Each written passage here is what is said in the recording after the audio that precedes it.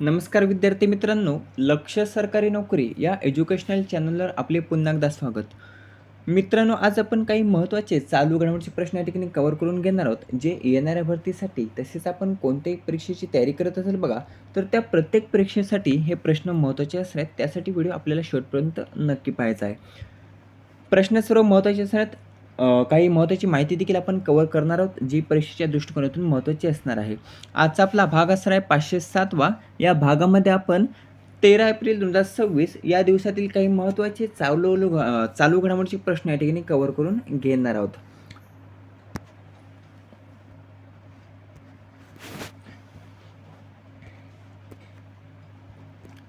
प्रश्न पहिला आहे, केंद्रशासित प्रदेशात महिलांना किती टक्के आरक्षण लागू करण्यात आले?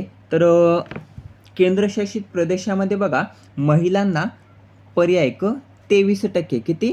23% जे काही आरक्षण आहे बघा, तर ते लागू करण्यात आलेले आहे. अशी अधिसूचना ही जाहीर करण्यात आलेली आहे. प्रश्न महत्त्वाचा आहे. पुन्हा एकदा सांगतो, केंद्रशासित प्रदेशामध्ये महिलांना 33% आरक्षण हे लागू करण्याची अधिसूचना ही जाहीर करण्यात आलेली आहे.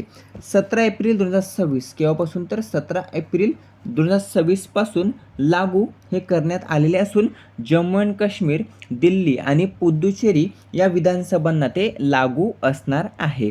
केंद्रशासित प्रदेश किती आहेत देशामध्ये? तर एकूण 8 केंद्रशासित प्रदेशात लक्षात ठेवायचं आहे. त्यामध्ये विधानसभा किती केंद्रशासित प्रदेशामध्ये आहे? तर 3 लक्षात ठेवायचं आहे. त्यामध्ये येतं जम्मू काश्मीर, दिल्ली आणि पुदुचेरी. जम्मू काश्मीर, दिल्ली आणि पुदुचेरी या 3 विधानसभांना बघा, हे 33% आरक्षण लागू असणार आहे महिलांसाठी, लक्षात ठेवायचं आहे. आता विधानसभा कोणकोणत्या केंद्रशासित प्रदेशामध्ये नाही? तर 5 केंद्रशासित प्रदेशांमध्ये विधानसभा नाही. त्यामध्ये येतं अंदमान आणि निकोबार, लक्षद्वीप, लडाख, चंदीगड, दादरा नगर हवेली आणि दमण आणि दीव असे जे काही 5 केंद्रशासित प्रदेश आहेत बघा, तर त्या ठिकाणी विधानसभा ही अस्तित्वात नाही, लक्षात ठेवायचं आहे. 3 मध्ये आहे आणि 5 मध्ये नाही. त्यानंतरचा दुसरा प्रश्न आहे, विस्डेन पुरस्कार 2026. विस्डेन पुरस्कार 2026 मध्ये महिला क्रिकेटर ऑफ द वर्ल्ड कोण ठरलेले आहे? याबाबत सर्व माहिती काल आपण व्हिडिओमध्ये पाहिलेली आहे. या ठिकाणी पुन्हा एकदा घेणार नाही आहोत. फक्त या ठिकाणी प्रश्न आणि उत्तर पाहूया आणि पुढे जाऊया. तर विस्डेन पुरस्कार 2026 मध्ये महिला क्रिकेटर ऑफ द वर्ल्ड ठरलेले आहे बघा. पर्याय भारताची स्टार दीप्ती शर्मा, लक्षात ठेवायचं आहे. दीप्ती शर्मा ही विस्डेन पुरस्कार 2026 मध्ये महिला क्रिकेटर ऑफ द वर्ल्ड ठरलेले आहे. कालचा एक प्रश्न रिव्हिजन म्हणून घेऊया. पुरुष क्रिकेटर ऑफ द वर्ल्ड कोण ठरलेला आहे? तर मिचेल स्टार्क. ऑस्ट्रेलियाचा मिचेल स्टार्क हा पुरुष क्रिकेटर ऑफ द वर्ल्ड ठरला असून महिला क्रिकेटर ऑफ द वर्ल्ड ठरलेले आहे दीप्ती शर्मा. प्रश्न क्रमांक 3, नुकतंच सादर केलेल्या महिला आरक्षण विधेयकाच्या बाजूने किती मते ही पडलेली आहेत? तर नुकतंच सादर केलेल्या महिला आरक्षण विधेयकाच्या बाजूने जर आपण मतं पाहिली, तर बाजूने मतं पडले आहेत बघा. पर्याय ब 298. 298 वेळी मतं ही बघा विधेयकाच्या बाजूने पडलेली आहेत. महिला आरक्षण विधेयक येणाऱ्या भरतीसाठी अतिशय महत्त्वाचा टॉपिक असणार आहे. नीट लक्षपूर्वक जी माहिती या ठिकाणी मी सांगणार आहे बघा, तर ती आपल्याला वहीमध्ये नोट डाऊन करायची आहे. महिला आरक्षण विधेयक या अगोदर देखील मांडण्यात आलं होतं. केव्हा? तर 1996 मध्ये. पहिला प्रयत्न हा 1996 मध्ये करण्यात आला होता. त्यावेळी HD देवेगौडा, काय HD देवेगौडा हे बघा पंतप्रधान होते आणि या काळामध्ये 1996च्या काळामध्ये महिला आरक्षण विधेयक हे मांडण्यात आलं होतं. तेव्हा देखील अयशस्वी राहिलं होतं आणि पुन्हा एकदा बघा दुसऱ्यांदा हे अयशस्वी राहिलेले आहे. जे काही कार्यकाळ आहे बघा BJP किंवा नरेंद्र मोदींचा, तर या 12 वर्षातील त्यांच्या कार्यकाळातील हा पहिला पराभव असणार आहे, हे लक्षात ठेवायचं आहे. पहिला पराभव म्हणजे जो काही विधेयक त्यांनी सादर केले आणि ते नामंजूर झाले, असं बघा प्रथमच घडलेलं आहे, लक्षात ठेवायचं आहे. हे जे काही महिला आरक्षण विधेयक आहे, तर ते दुसऱ्यांदा फेटाळण्यात आलेलं आहे. पहिल्यांदा 1996 मध्ये पहिल्यांदा त्यावेळी HD देवेगौडा होते आणि दुसऱ्यांदा 2026 मध्ये त्यावेळी भारताचे पंतप्रधान आहेत बघा नरेंद्र मोदी, हे लक्षात ठेवायचं आहे. थोडीशी माहिती पाहूया. महिला आरक्षण विधेयक हे लोकसभेमध्ये फेटाळण्यात आले.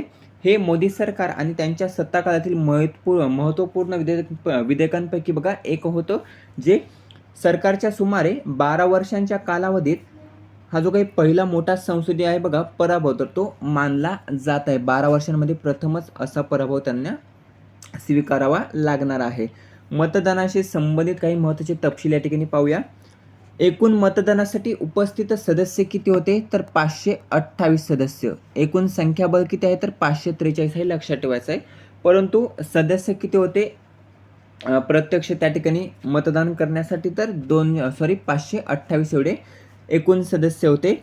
विधेयक मंजूर होण्यासाठी आवश्यक मते किती होती, तर 352 एवढी बघा विधेयक मंजूर होण्यासाठी मते ही आवश्यक होती. परंतु पडली किती, फक्त 298 ही बाजूने पडली आणि विरोधात किती पडली, तर 230 ही विरोधामध्ये पडलेल्या आहेत आणि 298 ही त्या बाजूने पडलेल्या आहेत. निष्कर्ष काय, तर आवश्यक बहुमत हे 352 होते. किती, 352. परंतु ते मिळालेले नाही आणि त्यासाठी ते विधेयक मंजूर होऊ शकत नाही. त्यामुळे बघा महिला आरक्षण विधेयक जे आहे बघा, तर ते संसदेने फेटाळून लावलेले आहे. प्रश्न क्रमांक 14. कोणत्या राज्यातील याना गुहांना महत्त्वाच्या भूवारसा स्थळाचा दर्जा हा त्या ठिकाणी प्राप्त झालेला आहे? हा देखील प्रश्न महत्त्वाचा आहे. तर बघा कर्नाटक, पर्याय अ कर्नाटक. कर्नाटक या राज्यातील याना गुहांना बघा महत्त्वाच्या भूवारसा स्थळाचा दर्जा हा प्राप्त झालेला आहे. मान्यता केव्हा मिळाली, 13 एप्रिल 2026 मान्यता मिळालेली आहे. ठिकाण आहे उत्तर कन्नडा, कर्नाटक या ठिकाणी आहेत बघा. हे भूवारसा स्थळ Jio heritage site of national importance लक्षात ठेवायचं आहे. याना लेणी हे सुप्रसिद्ध पर्यटन आणि तीर्थक्षेत्र आहे.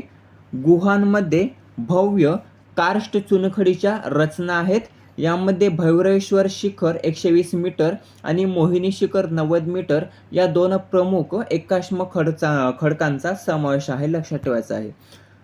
काळ्या खडकांच्या निर्मितीसाठी हे प्रसिद्ध आहे. हे 2700 दशलक्ष वर्षांपूर्वी तयार झालेला प्राचीन खडक आहे. त्यानंतर GIS म्हणजेच जिओलॉजिकल सर्वे ऑफ इंडिया GSIच्या 176व्या स्थापना दिनानिमित्त ही घोषणा करण्यात आलेली आहे. हे भूगर्भीय अपक्षरण आणि कास्ट प्रक्रियांमुळे आकारलेल्या भूदृश्याच्या उत्क्रांतीचे एक उल्लेखनीय उदाहरण आहे. हे याना गुहा लक्षात ठेवायचं आहे. प्रश्न क्रमांक 5. FICCIच्या महासचिवपदी कोणाची नियुक्ती करण्यात आली, तर FICCIच्या महासचिवपदी जर आपण पाहिले तर त्या ठिकाणी बघा अनंत स्वरूप, पर्याय ड अनंत स्वरूप यांची नियुक्ती करण्यात आलेली आहे FICCIच्या महासचिवपदी. थोडीशी माहिती पाहूया. FICCI federation of India chambers of commerce and industry. पुन्हा एकदा सांगतो, federation of Indian chambers of commerce and industry असं बघा FICCIचा फुल फॉर्म होतो. स्थापना झाली होती 1927 मध्ये. केव्हा, 1927 मध्ये स्थापना झाली होती. मुख्यालय नवी दिल्ली या ठिकाणी आहे. सध्याचे अध्यक्ष कोण आहेत, अनंत गोयंका आहेत बघा. कल्पना कोणाची होती, तर महात्मा गांधी यांची होती. संस्थापक कोण आहेत, पुरुषोत्तम ठक्कर हे बघा FICCIचे संस्थापक आहेत. उद्देश काय आहे, भारतीय उद्योग, व्यापार आणि अर्थव्यवस्थेचे प्रतिनिधित्व करणे, धोरण निर्मितीमध्ये योगदान देणे हा यामागचा उद्देश आहे. थोडीशी माहिती पाहूया. महासचिव कोण बनल्यात, अनंत स्वरूप बनल्यात. नियुक्ती प्रभावी तारीख जर आपण पाहिली तर 15 एप्रिल 2026 आहे. अनंत स्वरूप हे 1992 बॅचचे भारतीय रेल्वे पर्सनल सेवा IRPS अधिकारी आहेत. 30 वर्षांपेक्षा अधिक अनुभव असून अनंत स्वरूप यांनी WTO मध्ये भारताचे पहिले सचिव म्हणून काम केलेले आहे. प्रश्न विचारला जाऊ शकतो. WTO मध्ये बघा भारताचे पहिले सचिव कोण होते, तर ते होते बघा अनंत स्वरूप. 6वा प्रश्न आहे 2024-25 नुसार पेटंट फायलिंगमध्ये भारत जगात कितव्या क्रमांकावर पोहोचलेला आहे, तर भारत यामध्ये बघा 6व्या क्रमांकावर पोहोचलेला आहे. भारताने वित्त वर्ष 2025-26 मध्ये बघा पेटंट अर्ज करण्यामध्ये नवा राष्ट्रीय विक्रम केलेला आहे. आर्थिक वर्ष 2025-26 काय